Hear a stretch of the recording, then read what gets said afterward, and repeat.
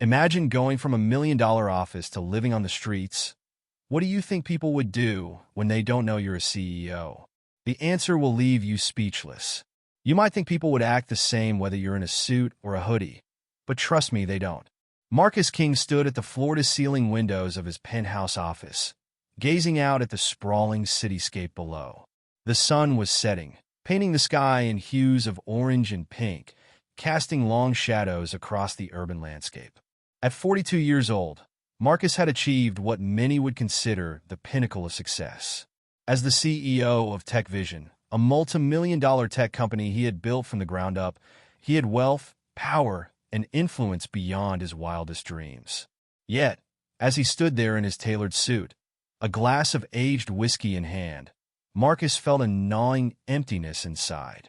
The city below, with its glittering lights and bustling streets, seemed so distant, so disconnected from the reality he lived in.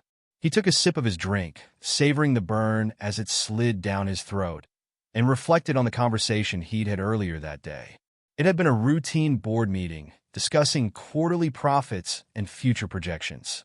But as they wrapped up, one of the newer board members, a young woman named Aisha, had brought up an unexpected topic.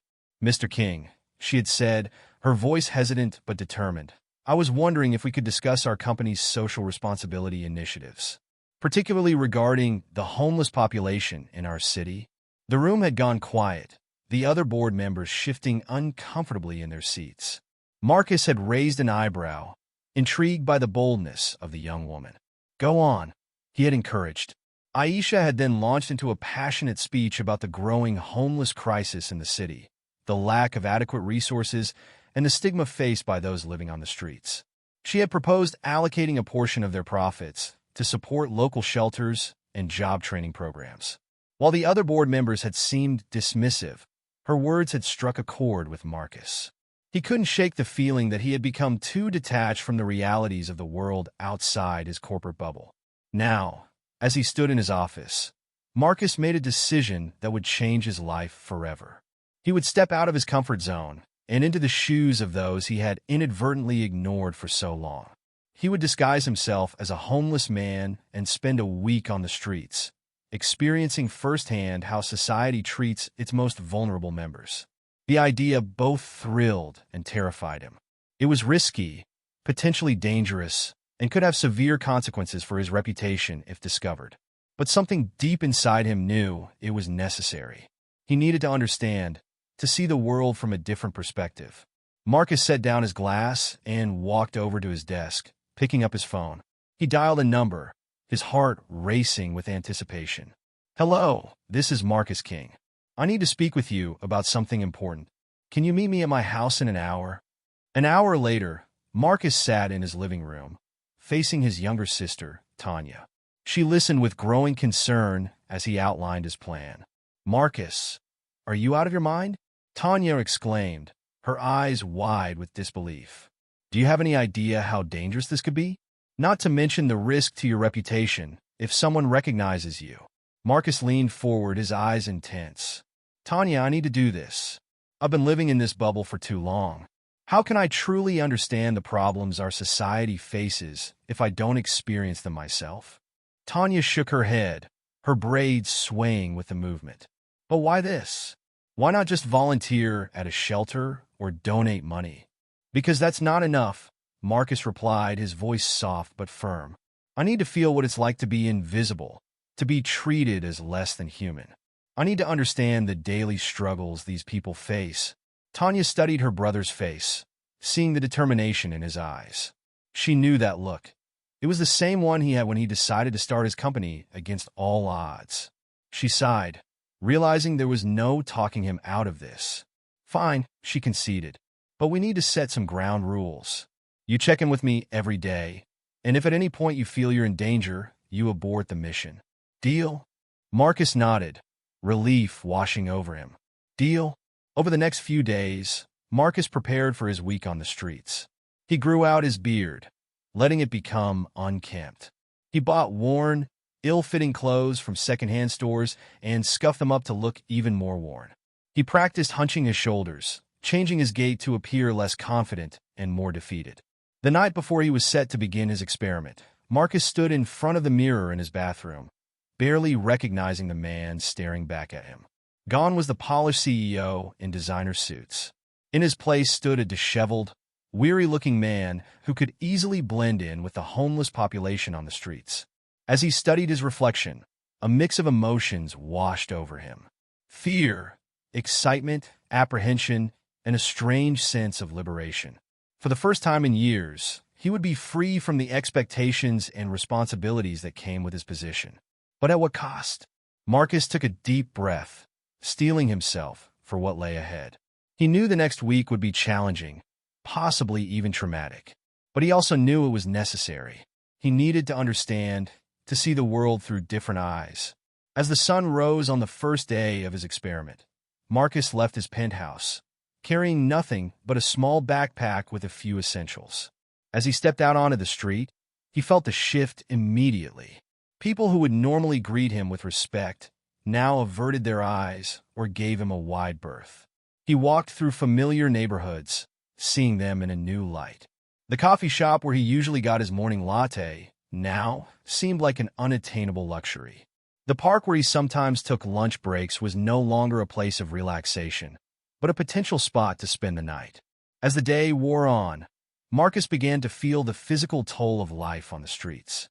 His feet ached from walking, his stomach growled with hunger, and the constant vigilance required to stay safe left him mentally exhausted. As night fell, Marcus found himself in an alley, preparing to sleep on the hard concrete. As he lay there, staring up at the sliver of sky visible between the buildings, the reality of his situation hit him hard. This was just the beginning, and already he felt more alone and vulnerable than he ever had in his life.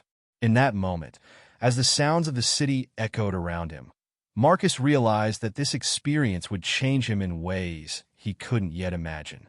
He closed his eyes, trying to find sleep, and wondered what the coming days would bring. Little did he know, the lessons he was about to learn would shake the very foundation of his understanding of society, privilege, and human nature. The journey ahead would be difficult, eye-opening, and ultimately transformative, not just for Marcus, but for all those whose lives he would touch along the way. The harsh light of dawn filtered through the narrow alley, rousing Marcus from his fitful sleep. His body ached from the hard concrete, and a chill had settled deep in his bones. As he slowly sat up, wincing at the stiffness in his joints, the reality of his situation hit him anew. This was only the beginning of his week-long experiment, and already he felt more exhausted and vulnerable than he ever had in his life. Marcus gathered his meager belongings and shuffled out of the alley, joining the early morning crowd on the sidewalk. As he walked, he became acutely aware of how different his presence felt compared to just days ago. Where once he had commanded respect and attention in his tailored suits, now people's eyes seemed to slide right past him, as if he were invisible. Hunger gnawed at his stomach, a sensation he wasn't accustomed to. In his normal life, food was always readily available, a non-issue. Now, it was a pressing concern that occupied his thoughts. He spotted a busy cafe across the street, the same one where he often held business meetings over gourmet coffee and pastries. The smell of freshly baked goods wafted towards him, making his mouth water. Gathering his courage, Marcus crossed the street and approached the cafe. As he reached for the door, a burly security guard stepped in front of him, his face a mask of stern disapproval. "Sorry, sir," the guard said, though his tone held no apology. "We can't have you in here. Move along, please." Marcus was taken aback. He hadn't even spoken a word, hadn't done anything except approach the door, and already he was being turned away. He opened his mouth to protest, but thought better of it. This was part of the experience he had signed up for. As he turned away, he caught sight of his reflection in the cafe window. The unkempt beard, the dirty clothes, the defeated posture. He barely recognized himself. No wonder he was being treated this way. But the realization did little to soften the sting of rejection. Marcus continued down the sidewalk, his stomach still growling. He noticed a middle-aged woman approaching, dressed in expensive workout gear, probably on her way to a boutique fitness class. As she neared, her eyes flickered towards him, and her lips curled in disgust. "Get a job," she muttered as she passed, just loud enough for Marcus to hear. The words hit him like a physical blow. He wanted to turn around to tell her that he was Marcus King, CEO of TechVision, that he employed hundreds of people and contributed millions to the economy. But he wasn't that person right now. Right now, he was just another homeless man on the street, judged and dismissed based solely on his appearance. As the morning wore on, Marcus attempted to engage with passersby, asking for spare change or simply trying to start a conversation.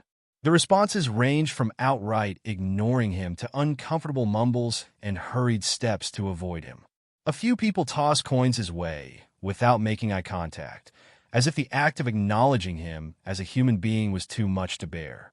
By midday, Marcus found himself sitting on the sidewalk, his back against a building, feeling more alone than he ever had in his life. The constant rejection and avoidance were taking a toll on his psyche. He had known it would be difficult, but he hadn't anticipated the emotional impact of being treated as if he didn't exist. As he sat there, lost in thought, a gruff voice startled him. First day on the streets, Marcus looked up to see an older man standing over him. The man's clothes were worn and dirty, his face weathered by years of hard living. But his eyes held a kindness that Marcus hadn't seen all day. "Is it that obvious?" Marcus asked, his voice hoarse from disuse. The old man chuckled. "You've got that look, like you can't quite believe where you've ended up." He extended a hand. "Name's Frank. Come on, let's get you something to eat." Grateful for the kindness, Marcus took Frank's hand and stood up. As they walked, Frank explained that there was a shelter nearby that offered free meals. Along the way, they were joined by a few other homeless individuals, each with their own story of how they ended up on the streets.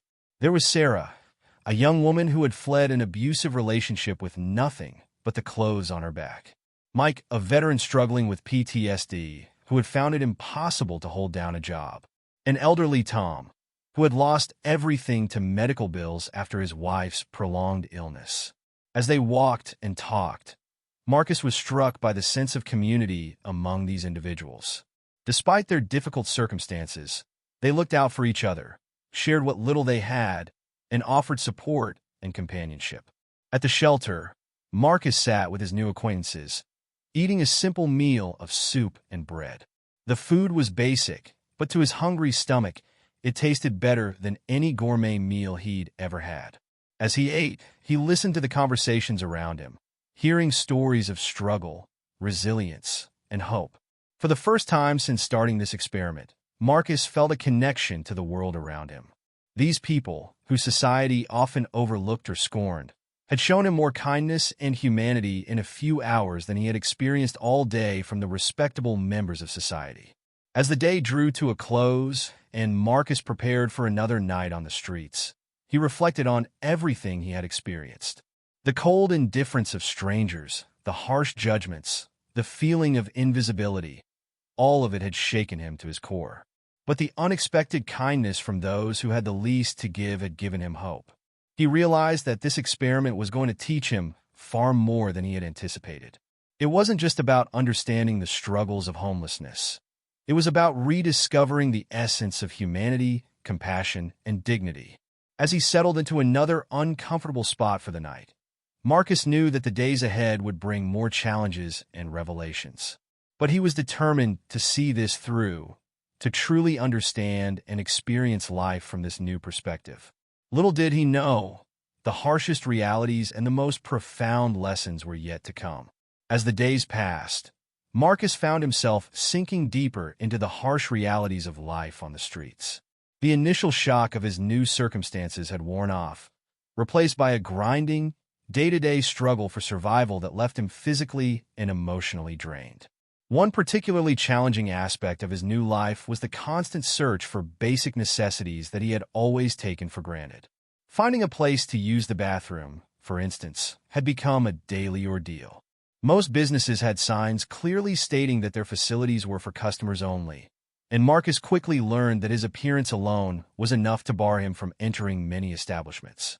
On the third day of his experiment, desperate for a restroom, Marcus approached a fast food restaurant. As he reached for the door, a young employee stepped out, blocking his path. "Sorry, sir," the employee said, not meeting Marcus's eyes. The restrooms are out of order. Marcus knew it was a lie. He had seen several people enter and exit the restaurant without issue. But he also knew that arguing would be futile. This was just another reminder of how the world viewed him now, as a nuisance, a problem to be avoided. As he walked away, the need to relieve himself becoming more urgent, Marcus felt a deep sense of shame and frustration. He eventually found an alley where he could relieve himself, the indignity of the act burning in his chest. He thought about all the times he had used pristine, private bathrooms in his office or in upscale restaurants, never once considering it a luxury. Hunger was another constant companion. While the shelter provided one meal a day, it wasn't enough to keep the gnawing emptiness at bay. Marcus found himself eyeing discarded food in trash cans, fighting the urge to rummage through them. His pride, the last vestige of his former self, kept him from taking that step, but he understood now why so many did. On the fourth day, as Marcus sat on the sidewalk near a busy shopping district, he witnessed a scene that shook him to his core. A young couple exited a luxury boutique, their arms laden with shopping bags. As they passed by, the woman nudged her partner, gesturing subtly towards Marcus. The man reached into his pocket and pulled out some loose change. Without making eye contact, he dropped the coins on the ground in front of Marcus, as if the act of handing them directly to him would somehow be too intimate, too humanizing. Marcus, his throat tight with emotion, tried to speak.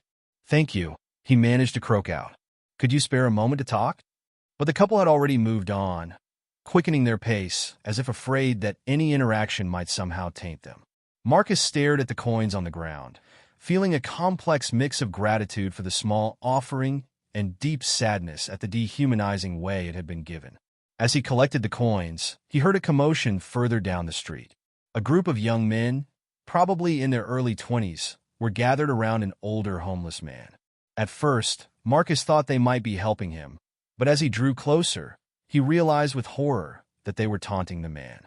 "Hey, old-timer," one of the young men sneered. "How about you dance for us? Maybe we'll give you some food if you entertain us."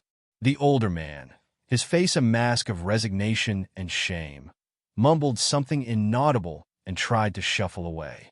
But the group surrounded him, laughing and continuing their cruel game. Marcus felt a surge of anger.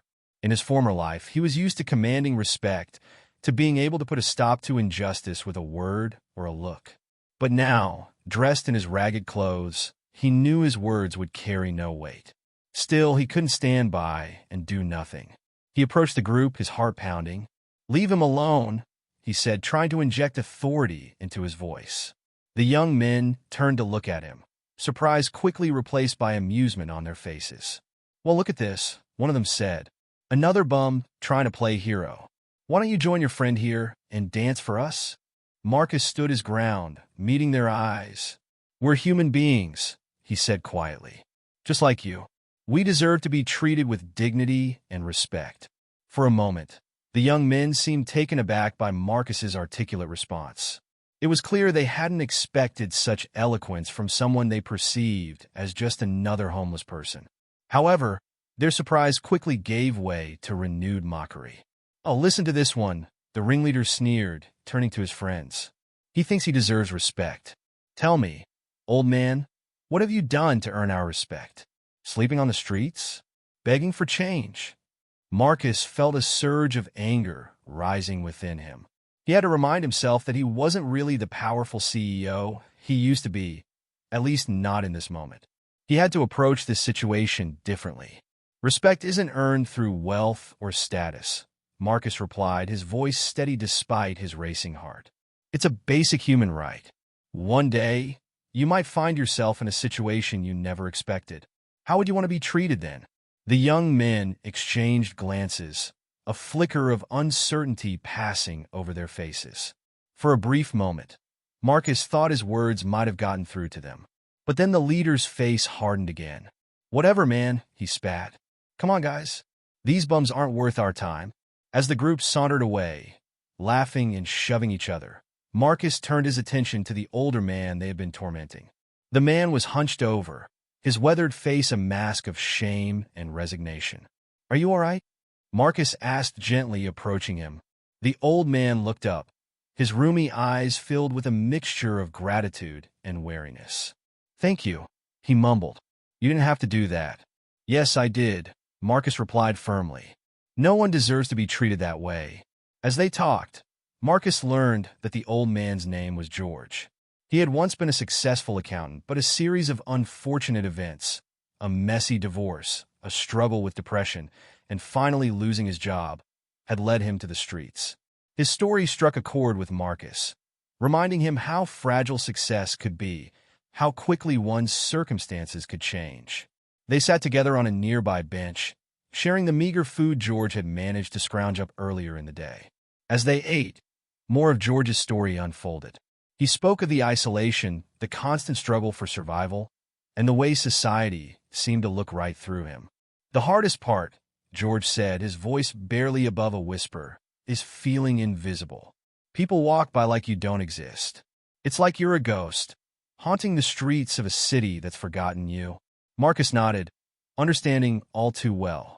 In just a few days, he had experienced that invisibility, that sense of being less than human in the eyes of society.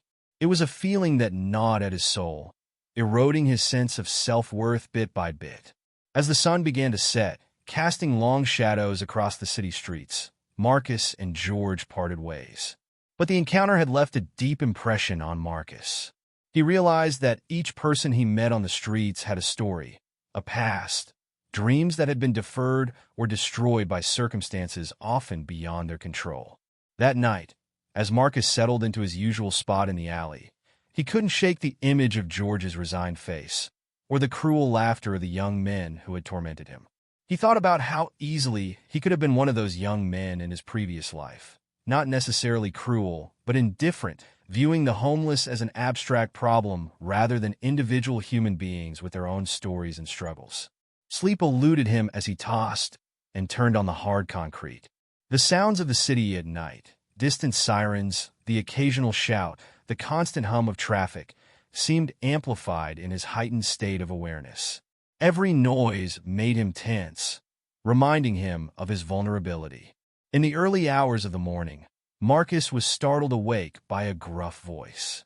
"Hey, you can't sleep here. Move along." He blinked groggily, his eyes adjusting to the beam of a flashlight pointed at his face. A police officer stood over him, his expression a mixture of annoyance and disgust. "I'm sorry, officer," Marcus mumbled, quickly gathering his few possessions. "I'll go." "Make it quick," the officer replied, watching impatiently as Marcus struggled to his feet. As he shuffled away, Marcus felt a deep sense of injustice. He hadn't been doing anything wrong. He was simply trying to sleep, to rest his weary body.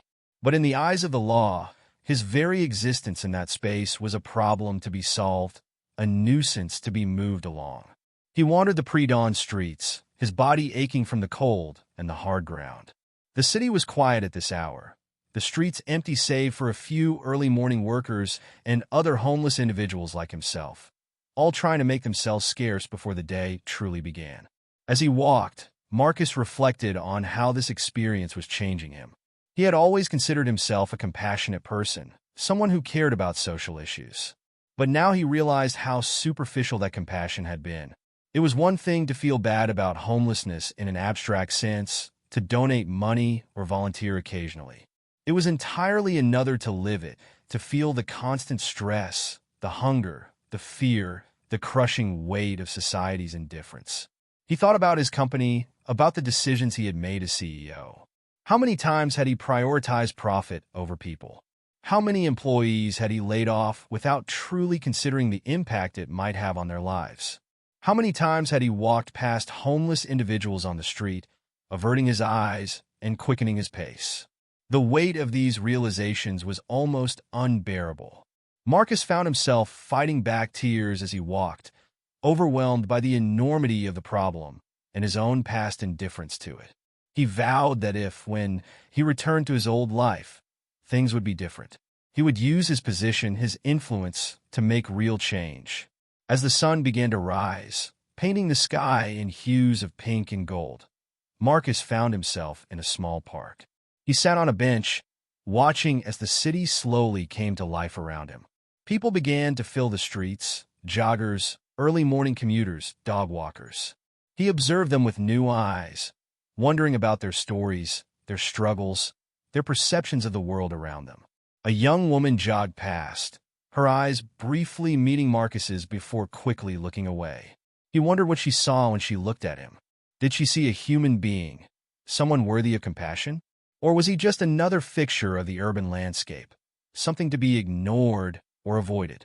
As the day progressed, Marcus continued to experience the harsh realities of life on the streets. He was chased away from storefronts, ignored by passers-by, and treated with suspicion by shop owners. Each interaction, or lack thereof, reinforced the feeling of being less than human, of being a problem rather than a person. But amidst the difficulties, there were also moments of unexpected kindness. An elderly woman shared her sandwich with him, her eyes filled with compassion.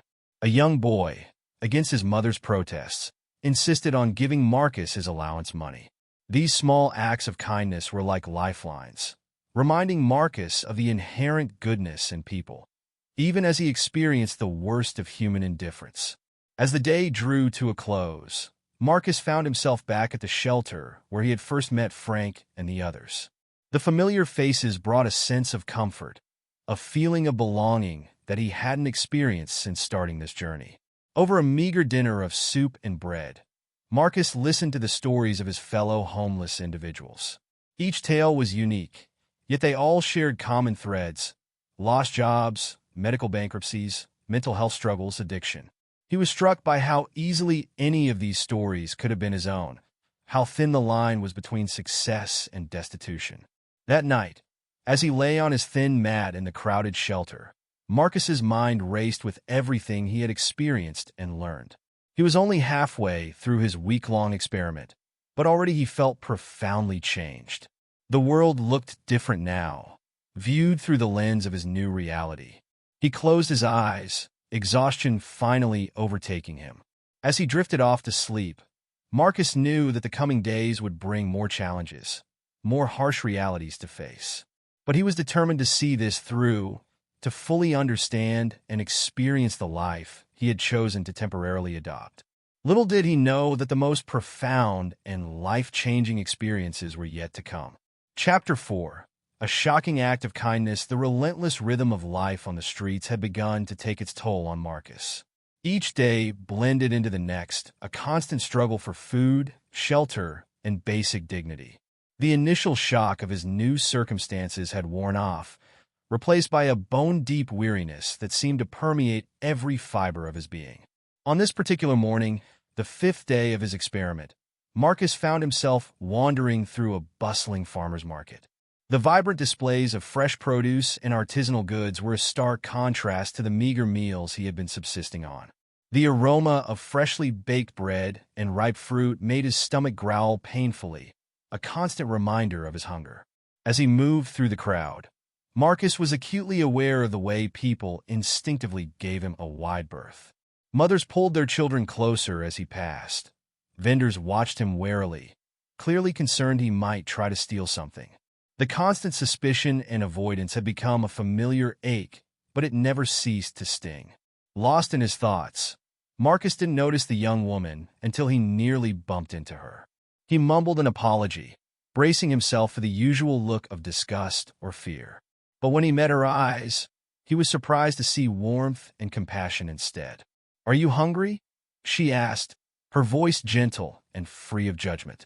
Taken aback by her direct question and kind tone, Marcus could only nod mutely. "Come with me," she said, gesturing towards a nearby food stall. "Let's get you something to eat." Still stunned by this unexpected act of kindness, Marcus followed her to a stall selling hot, hearty stews. The young woman, who introduced herself as Maria, ordered 2 large bowls and led Marcus to a quiet corner of the market where they could sit and eat. As they settled onto a bench, Marcus's hands shook slightly as he accepted the steaming bowl. The rich aroma made his mouth water, and he had to resist the urge to devour the meal in seconds. Instead, he forced himself to eat slowly, savoring each spoonful of the nourishing stew. Maria sat beside him, eating her own meal and engaging him in conversation. Her kindness and genuine interest in his story were almost overwhelming after days of being treated as invisible or less than human. "What's your name?" she asked between bites of stew. Marcus hesitated for a moment before answering. "Marcus," he said finally, deciding to use his real name. Something about Maria's openness made him want to be honest, even if he couldn't reveal the full truth of his situation. "It's nice to meet you, Marcus," Maria smiled. "If you don't mind me asking, how did you end up on the streets?" Marcus paused, considering his response carefully. He didn't want to lie, but he also couldn't reveal the true nature of his experiment. Finally, he decided to share a version of the truth that aligned with his current circumstances. I lost everything," he began, his voice rough with emotion. "My job, my home, my sense of purpose. It all happened so quickly, and before I knew it, I found myself here, struggling to survive day by day." As he spoke, Marcus was surprised to find tears welling up in his eyes. Though he was speaking about a hypothetical situation, the emotions behind his words were very real. He had seen firsthand how quickly life could change for those living on the streets, how easily someone could fall through the cracks of society. Maria listened attentively, her eyes filled with compassion. When Marcus finished speaking, she reached out and gently squeezed his hand. "I'm so sorry you've had to go through that," she said softly. "Life can be incredibly unfair sometimes." Her simple act of human touch, of acknowledgement, nearly undid Marcus. He couldn't remember the last time someone had willingly made physical contact with him since he began this experiment. The warmth of her hand on his was a powerful reminder of the importance of human connection. As they continued to talk, Marcus found himself opening up more about his experiences on the street, though he was careful not to reveal his true identity. He spoke about the constant struggle for survival, the feeling of invisibility, the way society seemed to look right through him. Maria listened intently, asking thoughtful questions and offering words of encouragement. As their conversation deepened, she shared some of her own story as well. "I understand more than you might think," she said, a hint of sadness in her voice. "A few years ago, I was in a similar situation. I had a good job in marketing, a nice apartment, what I thought was a stable life. Then the company I worked for went bankrupt, and I lost everything. I spent 6 months living on the streets before I managed to get back on my feet." Marcus was stunned by her revelation. Looking at Maria now, with her clean clothes and kind demeanor, he never would have guessed that she had experienced homelessness. It was a powerful reminder of how appearances could be deceiving and how close anyone could be to losing everything. "How did you manage to turn things around?" Marcus asked, genuinely curious. Maria's eyes took on a faraway look as she recalled that difficult time in her life. "It wasn't easy," she admitted. "There were days when I wanted to give up, when the struggle seemed too much to bear. But I was lucky. I found a shelter that offered job training programs, and I met some amazing people who believed in me when I had stopped believing in myself." She paused, taking a deep breath before continuing. "It took time and a lot of hard work, but eventually I was able to find a job and start rebuilding my life. Now, I volunteer at the shelter that helped me, trying to pay forward the kindness that was shown to me." As Marcus listened to Maria's story, he felt a mix of emotions washing over him. There was admiration for her resilience and strength, gratitude for her willingness to share her experiences, and a deep sense of humility. He realized that despite his wealth and success, he had never faced the kind of adversity that Maria had overcome. Their conversation continued, touching on topics ranging from the systemic issues contributing to homelessness to the small acts of kindness that could make a huge difference in someone's life. As they talked, Marcus found his perspective shifting, his understanding of homelessness and poverty deepening in ways he had never anticipated. As the afternoon wore on, the market began to wind down. Vendors started packing up their stalls, and the crowds thinned out.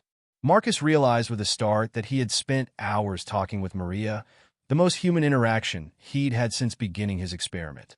"I should probably get going," Maria said, glancing at her watch. "But Marcus, I want you to know something. Your situation right now doesn't define you. You're intelligent, articulate, and clearly have a lot to offer. Don't give up hope." She reached into her bag and pulled out a business card. "This is for the shelter where I volunteer. They have resources that might be able to help you: job training, counseling, even temporary housing. Promise me you'll check it out?" Marcus took the card, his throat tight with emotion. "I promise," he managed to say. "And Maria, thank you. For the meal, for listening, for treating me like a human being. You have no idea how much that means." Maria smiled, her eyes shining with warmth. "We're all human, Marcus. We all deserve kindness and respect, regardless of our circumstances. Never forget that." As Marcus watched Maria walk away, he felt a profound shift within himself. Her kindness, her story of resilience, and her unwavering belief in the dignity of all people had touched him deeply.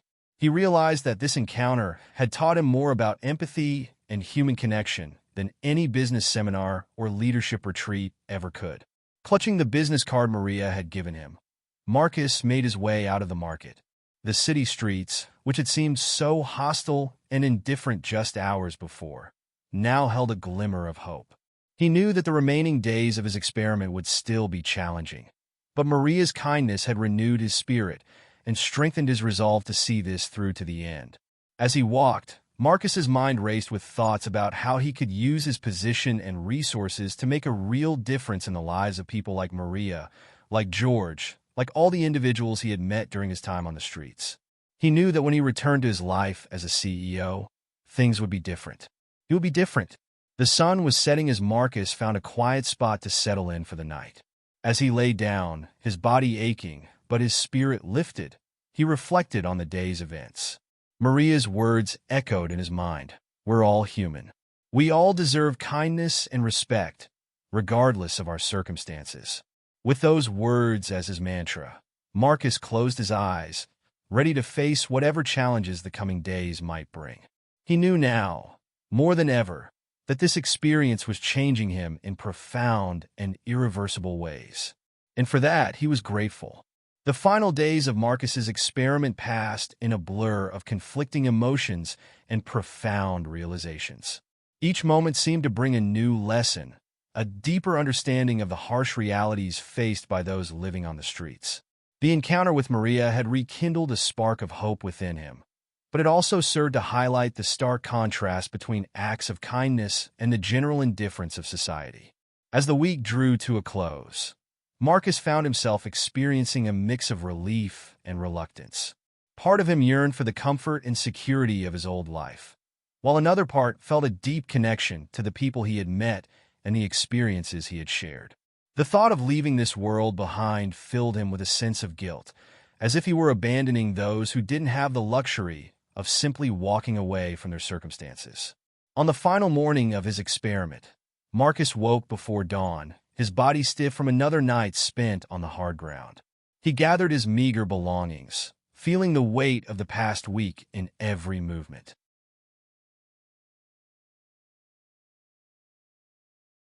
As he made his way through the slowly awakening city, he took in the sights, sounds, and smells with a new appreciation, knowing that soon he would be viewing them from a very different perspective. His first stop was a public restroom where he could clean up as best as possible. As he splashed water on his face and attempted to tame his unkempt beard, Marcus stared at his reflection in the grimy mirror. The face that looked back at him was almost unrecognizable, gaunt, weathered, with eyes that held a depth of experience far beyond the mere 7 days he had spent on the streets. With a deep breath, Marcus stepped out of the restroom and made his way to a predetermined location where Tanya, his sister, was waiting with a change of clothes and his personal effects. The reunion was emotional, with Tanya barely containing her tears as she embraced her brother, relief evident in every line of her body. "Marcus, thank God you're okay," she whispered, her voice choked with emotion. "I've been worried sick about you all week." As Marcus changed into his familiar, well-tailored clothes in the privacy of Tanya's car, he felt a strange sense of disconnection. The soft fabric felt alien against his skin after days of wearing rough, unwashed clothing. The weight of his watch on his wrist, the smooth leather of his shoes, all of it seemed unnecessarily luxurious now. The drive back to his penthouse was surreal. Marcus found himself staring out the window, seeing the city with new eyes. Every homeless person they passed, every cardboard sign asking for help, every huddled figure in a doorway. All of them now carried a story, a humanity that he could no longer ignore. As they pulled up to his building, Marcus hesitated before getting out of the car. "Tanya," he said, his voice low and serious. "I need you to know that things are going to be different from now on. I can't just go back to the way things were before." Tanya nodded, understanding in her eyes. "I know, Marcus. I could tell from our daily check-ins that this experience was changing you. Whatever you need, I'm here to support you." With a grateful squeeze of his sister's hand, Marcus stepped out of the car and into the lobby of his building. The doorman, who had always greeted him with a respectful nod, now rushed to open the door, his eyes wide with concern. "Mr. King, are you all right, sir? We've been so worried about you." Marcus managed a small smile, realizing that his appearance must still be quite shocking despite the change of clothes. "I'm fine, Thomas. Thank you for your concern. I've just been away for a while." The elevator ride to his penthouse felt like ascending into another world. As the doors opened onto his spacious living room, Marcus was struck by the opulence of his surroundings. The plush carpets, the expensive artwork, the state-of-the-art electronics. All of it seemed excessive, almost obscene in light of what he had experienced over the past week. He made his way to the bathroom, shedding his clothes as he went. Standing under the hot spray of his rainfall shower, Marcus let the water wash away the physical grime of the past week. But the memories, the emotions, the newfound understanding, those clung to him, impossible to rinse away.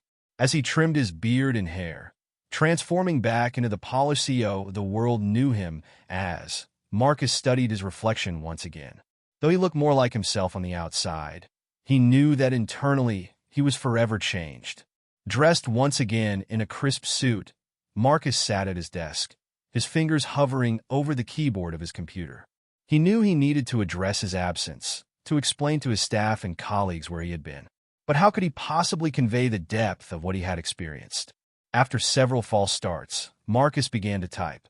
"To all TechVision employees, I owe you an explanation for my absence over the past week. What I'm about to share may come as a shock, but I believe in transparency and honesty, especially when it comes to matters that will shape the future of our company. For the past 7 days, I have been living on the streets of our city, experiencing firsthand the realities of homelessness. This was not a publicity stunt or a misguided adventure, but a deeply personal journey to understand a part of our society that we too often ignore or misunderstand. What I've learned during this time has profoundly changed me, both as a person and as a leader. I've seen the daily struggles of those living on the margins of our society. I've experienced the invisibility, the judgment, and the loss of dignity that comes with being homeless. But I've also witnessed incredible acts of kindness, resilience, and community among those who have the least to give. As I return to my role as CEO, I do so with a new perspective and a renewed sense of purpose. Moving forward, TechVision will be making significant changes to our corporate social responsibility initiatives. We will be increasing our focus on addressing homelessness and poverty in our community, not just through donations, but through active engagement and innovative solutions. I invite all of you to join me in this new mission. In the coming days, I will be scheduling a company-wide meeting to discuss my experiences in more detail and to outline our plans for the future. I believe that together we can use our resources, our innovation, and our compassion to make a real difference in the lives of those who need it most. Thank you for your understanding during my absence and for your continued dedication to making TechVision a force for positive change in the world. Sincerely, Marcus King. As Marcus hit send, he felt a weight lift from his shoulders. This was just the beginning, he knew. There would be questions, skepticism, perhaps even backlash. But he was prepared to face it all, armed with the truth of his experiences and a burning desire to create real change. Over the next few days, Marcus threw himself into researching homelessness and poverty in their city. He pored over statistics, studied successful intervention programs, and reached out to experts in the field. The more he learned, the more he realized how complex and multifaceted the issue was, and how much work there was to be done. When the day of the company-wide meeting arrived, Marcus stood before his employees, feeling a mix of nervousness and determination. As he shared his story, he could see the shock, disbelief, and eventual understanding dawning on their faces. He spoke of the people he had met, the hardships he had witnessed, and the moments of unexpected kindness that had touched his heart. "I stand before you today, not just as your CEO, but as someone who has seen a side of our city that many of us choose to ignore," Marcus said, his voice strong with conviction. "I've learned that homelessness isn't just about a lack of housing. It's about a lack of connection, of opportunity, of being seen as a human being worthy of dignity and respect." He went on to outline his plans for TechVision's new initiatives. They would be partnering with local shelters and organizations to provide job training and employment opportunities. They would be developing new technologies to address issues faced by the homeless population.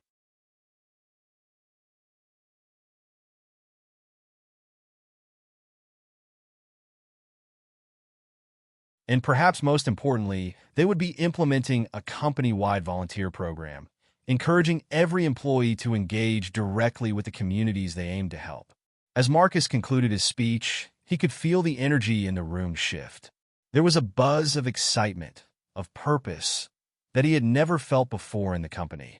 Hands shot up around the room as employees eagerly volunteered ideas and offered to lead new initiatives. In that moment, Marcus knew that his experience had not only changed him, but had the potential to create a ripple effect of change throughout his company and beyond. The road ahead would be challenging, he knew, but for the first time in a long time, he felt truly alive with purpose. As the meeting adjourned and Marcus made his way back to his office, he paused by the window, looking out over the city. The skyline looked the same as it always had, but his vision of it had been forever altered. In every street, every alley, every forgotten corner, he now saw the potential for change, for hope, for a better tomorrow. With renewed determination, Marcus sat at his desk and began to work. The lessons of the streets, the faces of those he had met, the stories he had heard, all of it fueled his efforts. He knew that one person, one company, couldn't solve the complex issue of homelessness overnight.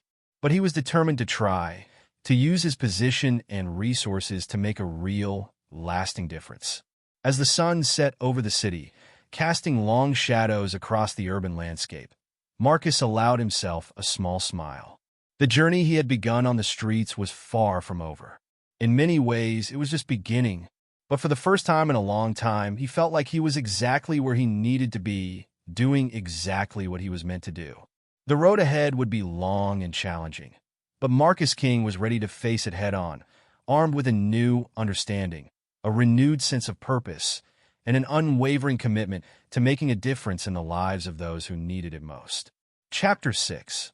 Confronting society. In the weeks following his return to his role as CEO, Marcus found himself navigating a whirlwind of media attention, public scrutiny, and internal corporate changes.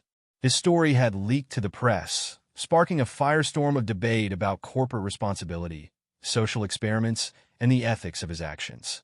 Marcus had anticipated some level of public interest, but he was unprepared for the intensity of the spotlight now focused on him and TechVision. News vans camped outside the company headquarters, reporters clamored for interviews, and social media buzzed with opinions ranging from high praise to scathing criticism. Despite the advice of his PR team to lay low and let the storm blow over, Marcus decided to face the public head-on.